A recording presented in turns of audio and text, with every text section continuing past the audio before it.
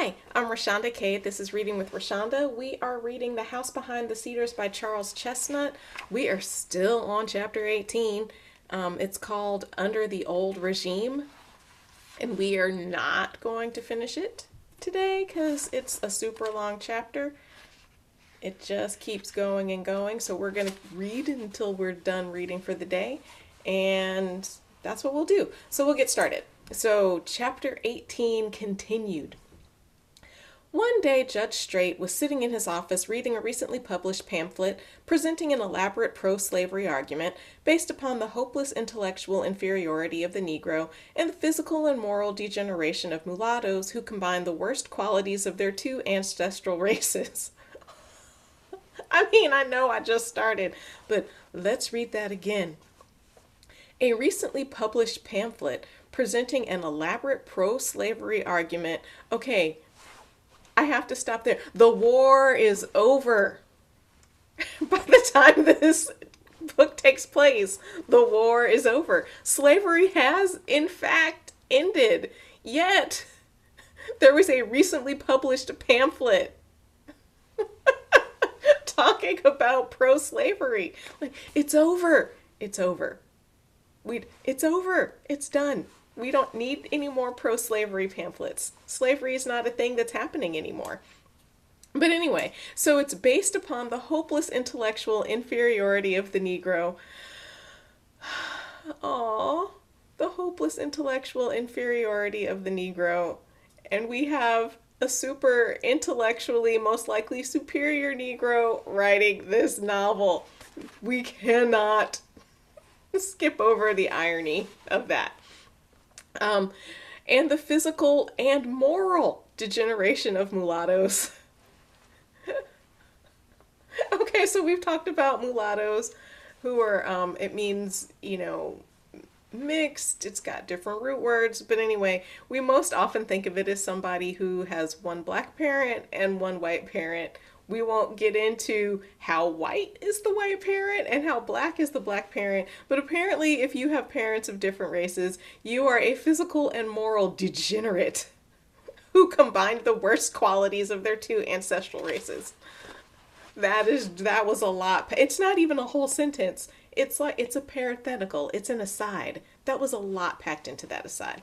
All right. So one day, Judge Straight was sitting in his office reading a recently published pamphlet presenting an elaborate pro-slavery argument based upon the hopeless intellectual inferiority of the Negro and the physical and moral degeneration of mulattoes who combined the worst qualities of their two ancestral races when a barefooted boy walked into the office, straw hat in hand, came boldly up to the desk at which the old judge was sitting, and said as the judge looked up through his gold-rimmed glasses, "Sir, I want to be a lawyer." All right, I take back my very first thing, like slavery is over. Slavery wasn't over at this point, so I got a little lost in my timeline. I forgot we were retelling a story here. So clearly the little boy is John Warwick, surely, who wants to be a lawyer, so I take back my initial vilification.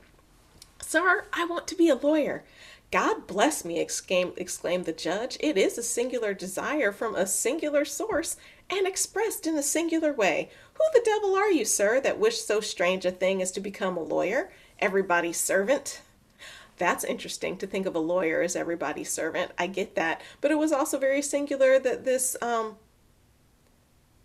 little boy, barefoot, walks up and says, "I want to be a lawyer." Notice it's just a barefooted boy. It's not a Negro barefooted boy because we already know he can pass as white. All right, I'm making this more difficult for you than it needs to be. I'm going to just read this book. At least I'm going to try to just read this book.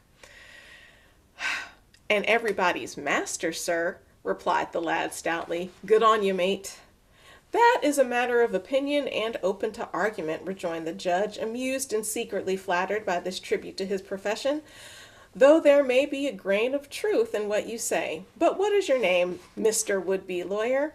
"John Walden, sir," answered the lad. "John Walden."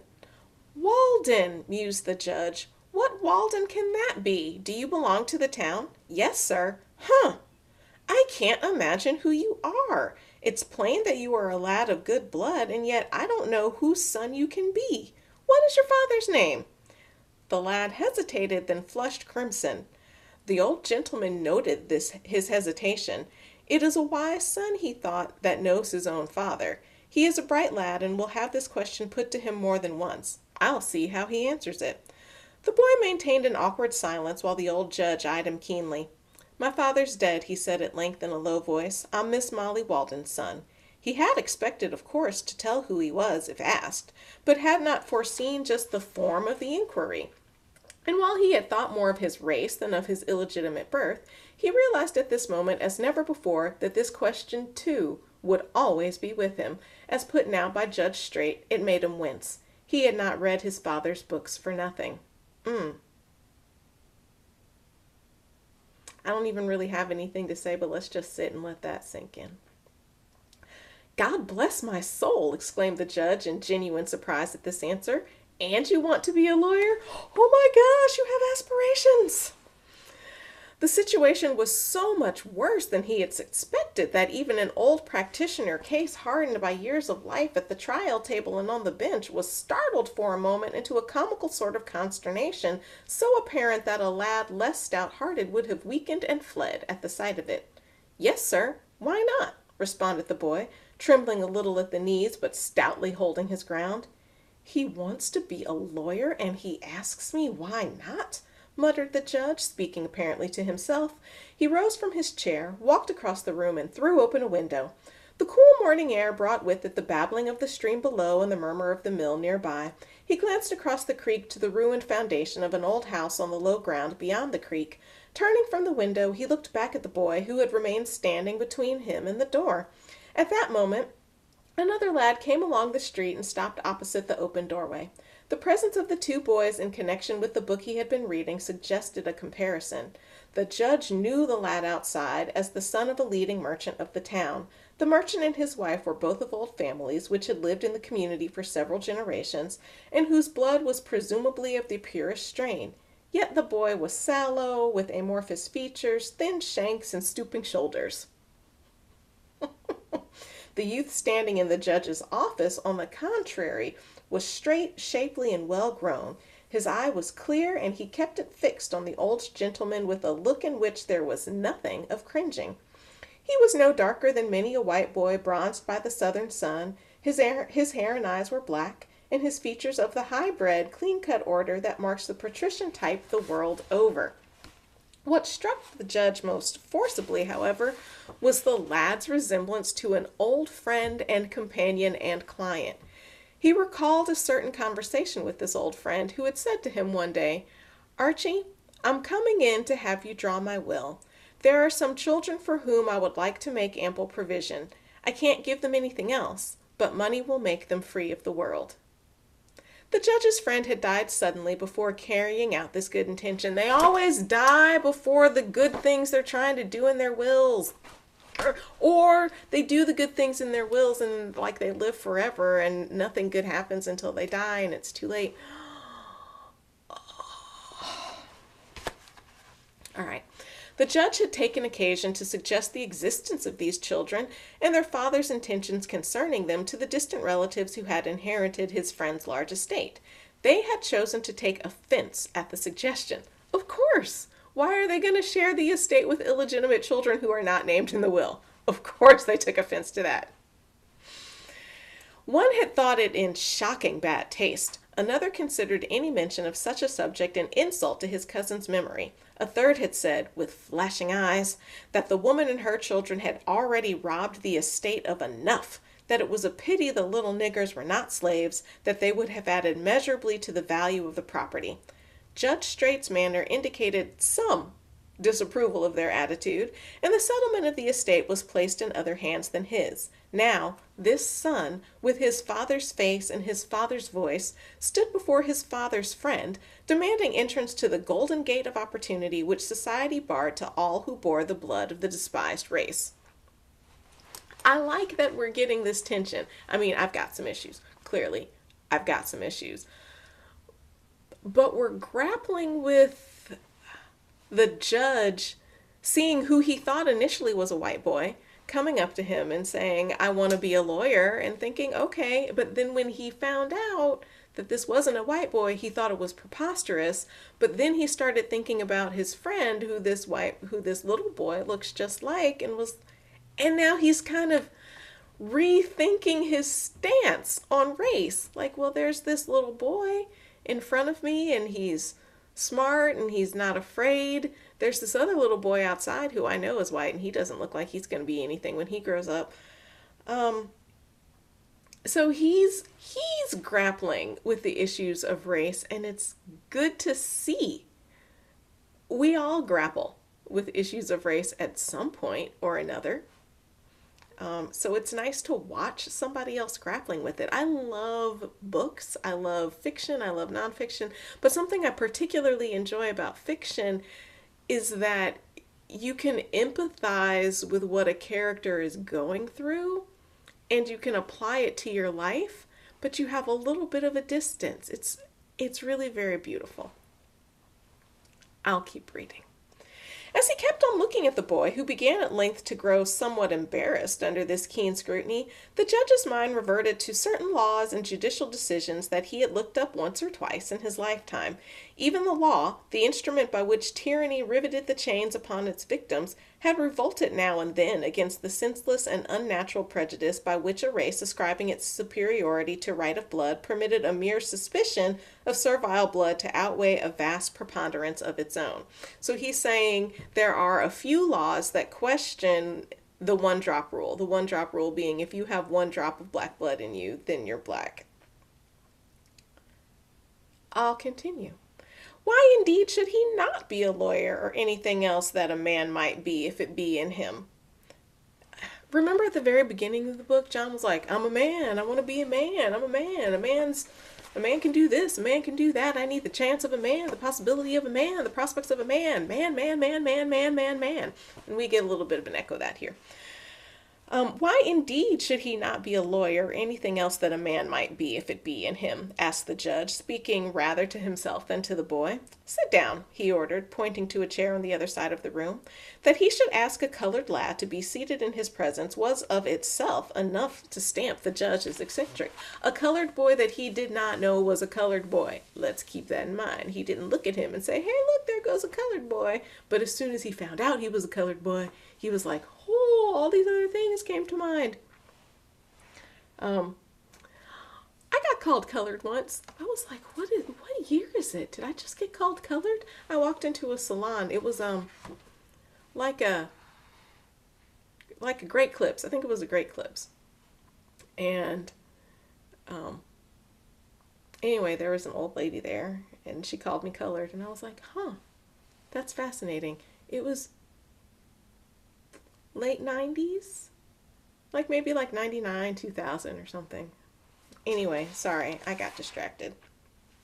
You want to be a lawyer, he went on, adjusting his spectacles. You are aware, of course, that you are a Negro. I am white, replied the lad, turning back his sleeve and holding out his arm, and I am free, as all my people were before me. The old lawyer shook his head and fixed his eyes upon the lad with a slightly quizzical smile. You are black, he said, and you are not free. You cannot travel without your papers, you cannot secure accommodations at an inn, and you could not vote if you were of age. You cannot be out after 9 o'clock without a permit. If a white man struck you, you could not return the blow, and you could not testify against him in a court of justice. You are black, my lad, and you are not free. Did you ever hear of the Dred Scott decision delivered by the great, wise, and learned Judge Taney? I'm going to stop because this is brilliant right here. You are black, my lad, and you are not free. Couldn't have said it any better. He's not owned by anyone. So in that sense, yes, he's free, but he has to have papers to show that he's free. He has a curfew because he's black. He can't testify in a court of law because he's black. And the judge is saying, this is not freedom.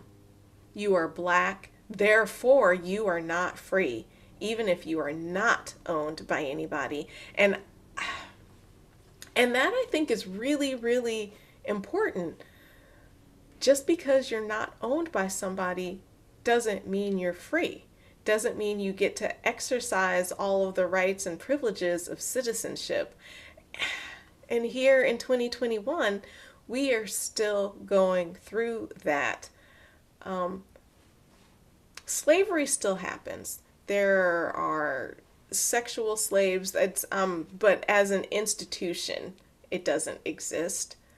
But there are a lot of people who are not free because they are not free to exercise all of the rights and privileges as citizens. And largely, the people who are free are white and male.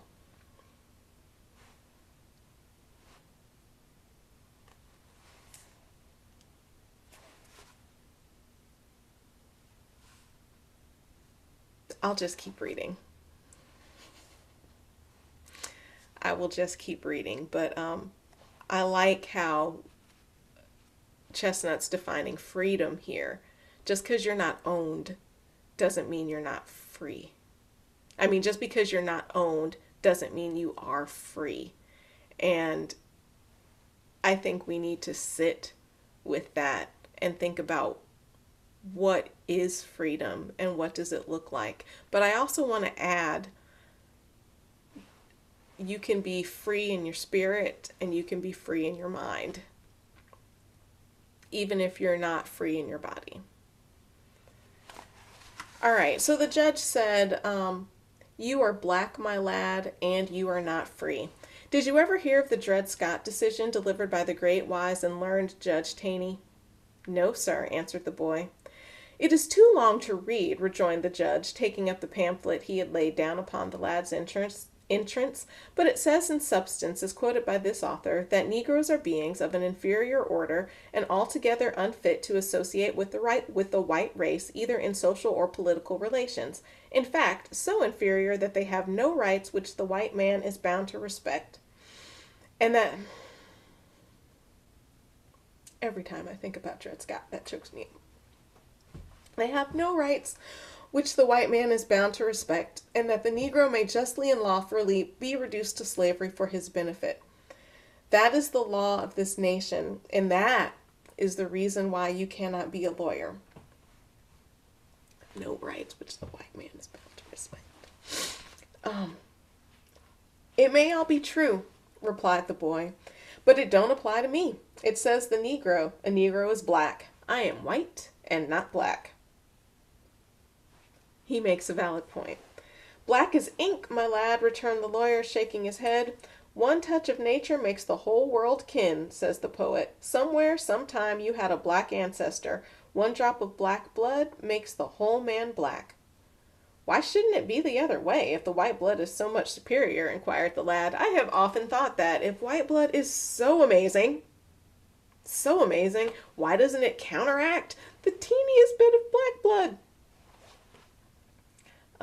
Because it is more convenient as it is and more profitable. What an honest answer! Because it is more convenient as it is and more profitable. It is not right, maintained the lad. God bless me, exclaimed the old gentleman. He is invading the field of ethics. He will be questioning the righteousness of slavery next. I'm afraid you wouldn't make a good lawyer in any event. Lawyers go by the laws. They abide by the accomplished fact. To them, whatever is right. The laws do not permit men of color to practice law, and public sentiment would not allow one of them to study it. Oh, I had thought, said the lad, that I might pass for white. There are white people darker than I am. I like this kid. Ooh, are we going to make it up? How long have we been reading? It's already been like 20 minutes. Gracious. Okay, I'm going to stop. I mean, I've gotten off track. I've cried. It's been quite a roller coaster, but I'm going to read this again. I had thought, said the lad, that I might pass for white. There are white people darker than I am. True there are. So that's where we are, still in chapter 18, still reading The House Behind the Cedars by Charles Chesnutt. I'm Rashonda Cade, and this is Reading with Rashonda.